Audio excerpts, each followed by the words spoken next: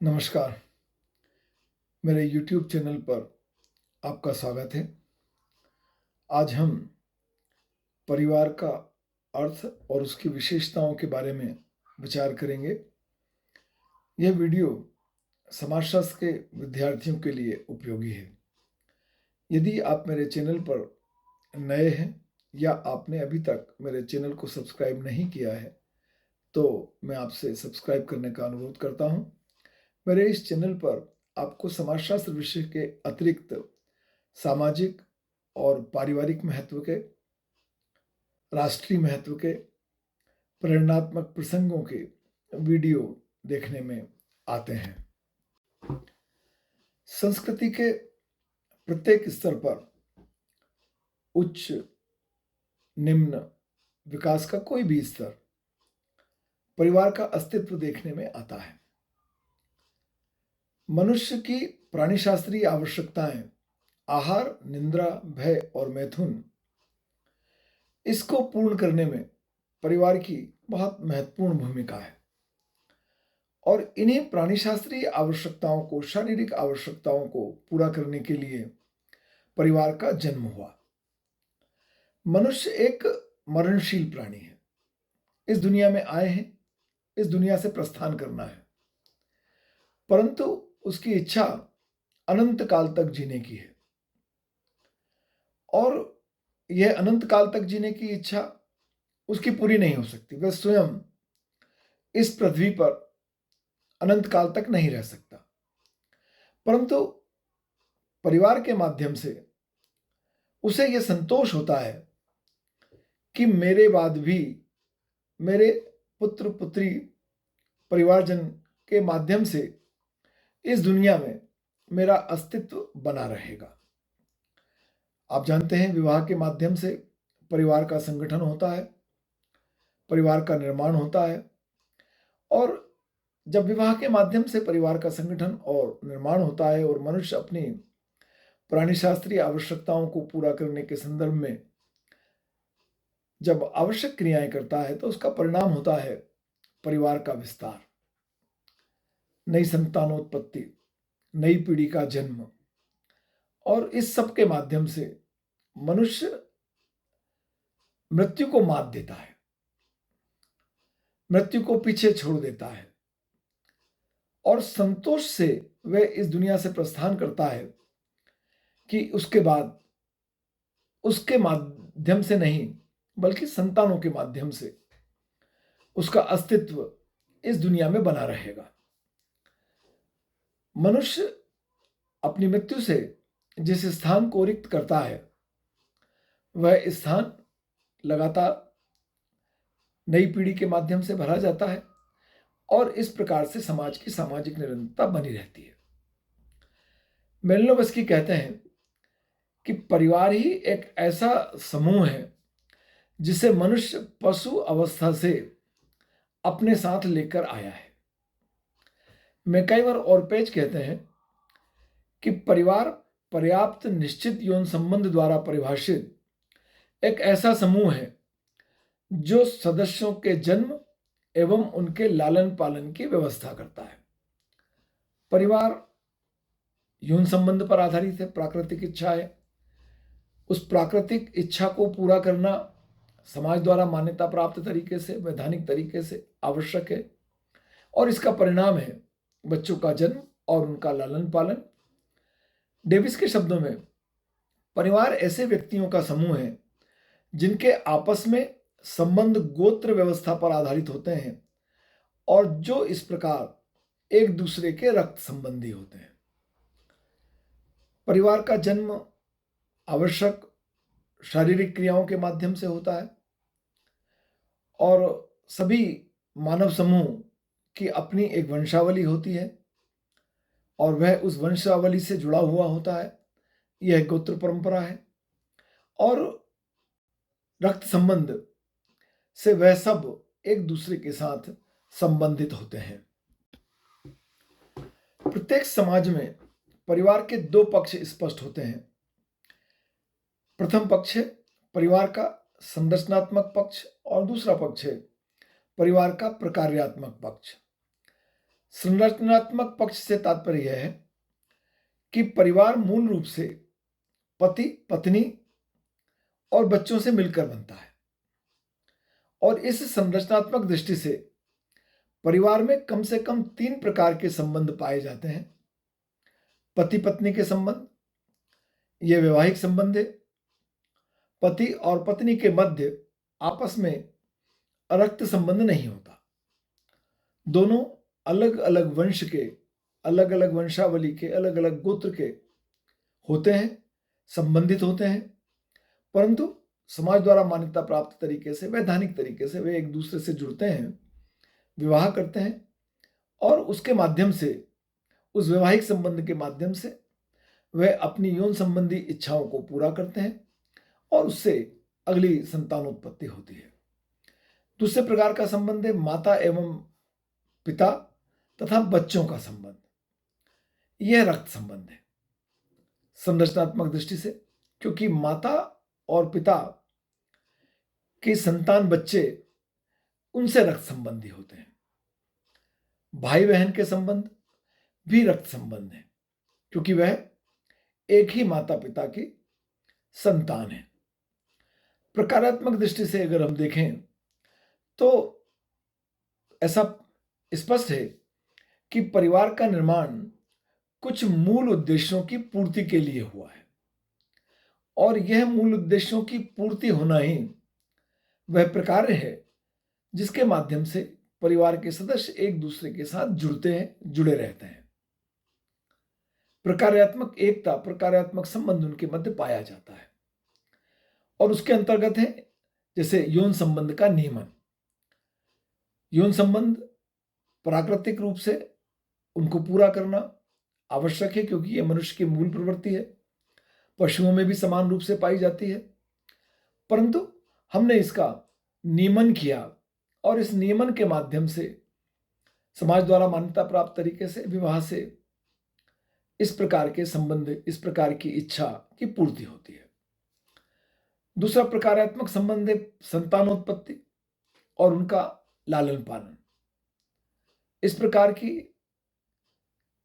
आवश्यक क्रियाओं से जो संतान उत्पन्न होती है, उसका जन्म और उसका समाज द्वारा मान्यता प्राप्त तरीके से लालन पालन, उनके व्यक्तित्व का विकास, उनको शिक्षा प्रदान करना, उनका सामाजिकरण करना, यह सब इसमें शामिल है। परिवार अपने सदस्यों को आर्थिक, सामाजिक और मानसिक संरक्षण भी प्रदान करता है। यह परिवार का प्रकार्यात्मक दायित्व है, और इन प्रकारों की पूर्ति के लिए परिवार के सदस्य आपस में एक दूसरे के साथ जुड़े रहते हैं, सब मिलकर सहयोग करते हैं, और उस सहयोग के माध्यम से इन प्रकार्यात्मक आवश्यकताओं की पूर्ति होती है। इस संबंध में दायित्वों के निर्वहन के लिए उनके मध्य अधिकार और कर्तव्यों का भी एक स्पष्ट विभाजन होता है परिवार में, और उस स्पष्ट विभाजन के माध्यम से जो भी दायित्व जिस भी व्यक्ति को व्यक्तिगत रूप से प्राप्त होते हैं, वह उनका पालन करता है, उनको पूरा करता है, और इसके माध्यम से परिवार अपने प्रकारों का उचित प्रकार से सामाजिक नियमों के अनुसार संचालन करता है, दृढ़ता से एक दूसरे के साथ प्रेम स्नेह के संबंधों के साथ बंधा रहता है। परिवार की विशेषताएं। परिवार प्रत्येक समाज में, प्रत्येक समय और सभी स्थानों पर पाई जाने वाली सामाजिक संस्था है। परिवार की विशेषताओं को 2 प्रमुख भागों में बांटा जा सकता है: परिवार की सामान्य विशेषताएं और परिवार की विशिष्ट विशेषताएं। परिवार की सामान्य विशेषताओं के अंतर्गत विवाह संबंध, विवाह का एक स्वरूप, वंश नाम की एक व्यवस्था और सामान्य निवास स्थान सम्मिलित है। परिवार का जन्म विवाह संबंध के कारण, वैवाहिक संबंध के कारण होता है। मनुष्य की मूल प्रवृत्तियां आहार, निद्रा, भय और मैथुन, इनकी पूर्ति समाज द्वारा, विधि द्वारा मान्यता प्राप्त तरीके से होना आवश्यक है, और इसके लिए विवाह किया जाता है। और विवाह समाज और विधि द्वारा मान्यता प्राप्त वह संबंध है जो समाज में बच्चों के जन्म और प्रजातीय निरंतरता, सामाजिक निरंतरता के लिए उत्तरदायी है। प्रत्येक समाज में विवाह का एक स्वरूप पाया जाता है। सामान्यतः एक विवाह देखने में आता है। एक विवाह, बहुविवाह और समूह विवाह, विवाह के ये 3 प्रमुख स्वरूप देखने में आते हैं। वर्तमान समय में एक विवाह समाज में मान्यता प्राप्त स्वरूप है, एक पति और एक पत्नी। परंतु कुछ समाजों में बहुविवाह और समूह विवाह भी देखने में आते हैं और इस प्रकार के विवाह को वैधानिक स्वीकृति कहीं कहीं प्राप्त है। प्रत्येक परिवार की अपनी एक वंश परंपरा होती है। वंश के माध्यम से उनका नामकरण होता है और उस वंश परंपरा से बच्चे पहचाने जाते हैं, जाने जाते हैं। 2 प्रकार की वंश परंपराएं हैं, पितृवंशी परंपरा, मातृवंशी परंपरा। पितृवंशी परंपरा वह परंपरा है जिसमें पिता से बच्चों को नाम प्राप्त होता है, वंश परंपरा प्राप्त होती है। और मातृवंशी परंपरा वह है जिसमें माँ से वंश परंपरा चलती है और वह पुत्री को प्राप्त होती है। परिवार का अपना एक सामान्य निवास स्थान होता है। इसका तात्पर्य यह है कि विवाह के पश्चात पति और पत्नी दोनों एक साथ रहते हैं। वे कहाँ रहते हैं, इस आधार पर एक सामान्य निवास की व्यवस्था पाई जाती है। सामान्यतः यह देखने में आता है कि विवाह के पश्चात पत्नी पति के साथ उसके घर पर जाकर रहती है और इस प्रकार के जो परिवार हैं उन्हें पितृ स्थानीय परिवार कहा जाता है। परंतु ऐसी भी परंपरा देखने में आती है जिसमें पति विवाह के पश्चात पत्नी के घर जाकर रहता है। ये मातृवंश स्थानीय परिवार है और यह परंपरा भारतवर्ष में नायर, गारो, खासी आदि जनजातियों में देखने में आती है। एक और प्रथा परंपरा है, यदि विवाह के पश्चात नवयुगल अपना नया घर बना ले, अलग जाकर रहने लगे, तो यह नव स्थानीय परिवार कहलाता है। और इस प्रकार के परिवार में ना पति पत्नी माता पति के पक्ष के पास जाकर रहते हैं या मातृ पक्ष के पास पत्नी के पक्ष के पास जाकर रहते हैं, वह अपना नया घर बनाते हैं। यह परंपरा ईसाइयों में भी देखने में आती है और कुछ जनजातीय समूहों में भी देखने में आती है। परिवार की विशिष्ट विशेषताओं के अंतर्गत सार्वभौमिकता, परिवार का भावनात्मक आधार, परिवार का रचनात्मक प्रभाव, सीमित आकार, परिवार के सदस्यों के असीमित उत्तरदायित्व, परिवार पर सामाजिक नियंत्रण की एक व्यवस्था और परिवार की अस्थायी और स्थायी प्रकृति, यह सम्मिलित है। सार्वभौमिकता के अंतर्गत सार्वभौमिकता से तात्पर्य यह है कि परिवार हर युग में प्रत्येक समाज में पाया जाता है। आधुनिक, प्राचीन, शहरी, ग्रामीण, प्रत्येक स्तर पर परिवार देखने में आता है और हम निश्चयात्मक तौर पर यह भविष्यवाणी कर सकते हैं कि परिवार का अस्तित्व हमेशा बना रहेगा। सामाजिक विकास के प्रत्येक स्तर पर परिवार का अस्तित्व देखने में आता है और यह भविष्य में भी बना रहेगा। परंतु यह जरूर संभव है कि परिवार का संरचनात्मक पक्ष जो है उसमें कोई परिवर्तन हो जाए। हम भारतीय संदर्भ में अगर बात करें तो संयुक्त परिवार से एकाकी परिवार की ओर हम चल रहे हैं। संयुक्तता की भावना में कमी आ रही है, परंतु इतना सब होने के बाद भी परिवार अपना अस्तित्व बनाए रखेगा, यह निश्चयात्मक तौर पर कहा जा सकता है। परिवार का अपना एक भावनात्मक आधार होता है। माता, पिता और बच्चों के मध्य एक प्रकार का भावनात्मक संबंध पाया जाता है, वात्सल्य की भावना पाई जाती है। पति पत्नी के बीच और बच्चों के मध्य घनिष्ठ प्रेम पाया जाता है। परिवार प्रेम, दया, सहयोग, त्याग, सहिष्णुता, बलिदान आदि की भावनाओं की शिक्षा देता है और इन्हीं भावनाओं पर परिवार का अस्तित्व बना रहता है। परिवार अपने बच्चों पर एक रचनात्मक प्रभाव डालता है।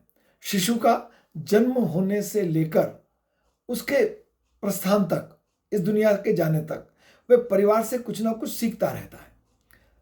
बच्चा जन्म के पश्चात सबसे पहले परिवार के संपर्क में आता है और परिवार उस नवजात शिशु पर अपना गहरा प्रभाव डालता है। और ये प्रभाव, ये सामाजिकरण, ये सीख जो बच्चे को प्रदान होती है, वो जीवन भर उसके साथ रहती है। वो जीवन भर उन प्रथाओं, परंपराओं, मान्यताओं का पालन करता है जो परिवार द्वारा उसे सिखाई जाती है। परिवार का बच्चे के जिसने जन्म लिया है, नवजात शिशु पर, उसकी मनोवृत्तियों पर, उसकी आदतों पर बड़ा गहरा प्रभाव होता है। परिवार का आकार सीमित होता है। इस सीमित आकार का तात्पर्य यह है कि परिवार का सदस्य सिर्फ वही व्यक्ति हो सकता है जिसने या तो परिवार में जन्म लिया है या जिसे गोद के माध्यम से स्वीकार किया गया है। ये गोद भी लेने की प्रथा समाज द्वारा और कानून द्वारा मान्यता प्राप्त होती है।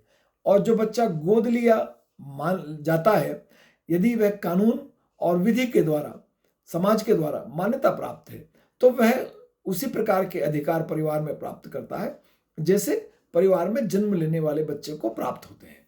तो परिवार का सीमित आकार का एक कारण तो यह है कि परिवार में जन्म लेना, और दूसरा है वैवाहिक संबंध। वैवाहिक संबंध के माध्यम से पत्नी परिवार में आती है, पति परिवार में जाता है। अगर पितृवंशी परिवार है, पितृस्थानीय परिवार है तो पत्नी आती है, मातृस्थानीय है तो पति जाता है। पर यह परंपरा वैवाहिक संबंध की कि पुरानी पीढ़ी वृद्ध होती है, अपने स्थान को रिक्त करती है, और नई पीढ़ी उस स्थान को प्राप्त करती है, और नई पीढ़ी एक निश्चित सीमा तक उस परिवार के साथ रहती है, फिर वह अपना परिवार बना लेती है। और इस प्रकार से हम पाते हैं कि परिवार के सदस्यों की संख्या सीमित रहती है, परिवार का आकार सीमित रहता है। परिवार के सदस्यों के दायित्व कैसे होंगे, कितने होंगे, इसकी कोई सीमा रेखा नहीं खींची जा सकती। परिवार के सदस्यों के असीमित उत्तरदायित्व हैं, परंतु उनके व्यवहारों में अपनापन, व्यक्तिगत स्वार्थ का अभाव होना चाहिए। वह सामूहिकता के लिए किसी भी प्रकार का त्याग करने को सदैव तत्पर रहते हैं। परिवार पारस्परिक सहायता और सुरक्षा की भावना पर आधारित है। परिवार कष्ट उठाकर एक दूसरे के हितों का ध्यान रखने वाली संस्था का नाम है।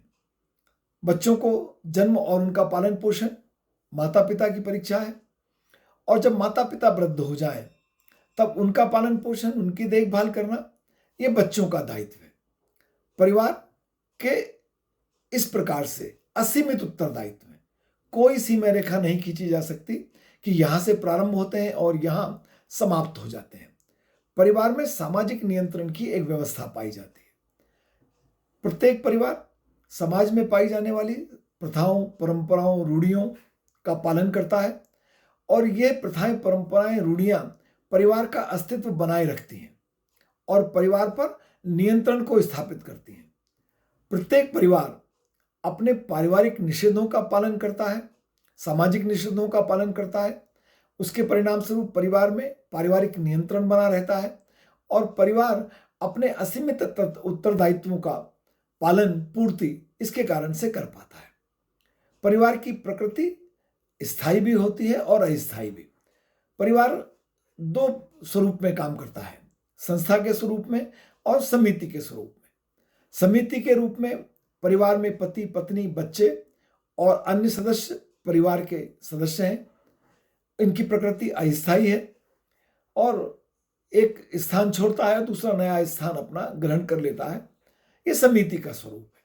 परिवार की अस्थायी प्रकृति है, और स्थायी प्रकृति इस प्रकार से है कि परिवार के सदस्य तो बदल जाते हैं, परंतु परिवार के नियम, परिवार की कार्यप्रणालियां परिवार के सदस्यों के बदल जाने के पश्चात भी सदैव स्थायी बनी रहती है, और यह परिवार की स्थायी प्रकृति है।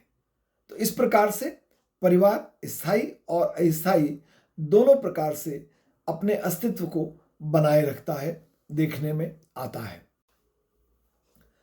परिवार का अर्थ और परिवार की विशेषताओं से संबंधित यह वीडियो, यह जानकारी समाजशास्त्र विषय के विद्यार्थियों के लिए उपयोगी होगी। मैं आपका बहुत धन्यवाद करता हूँ।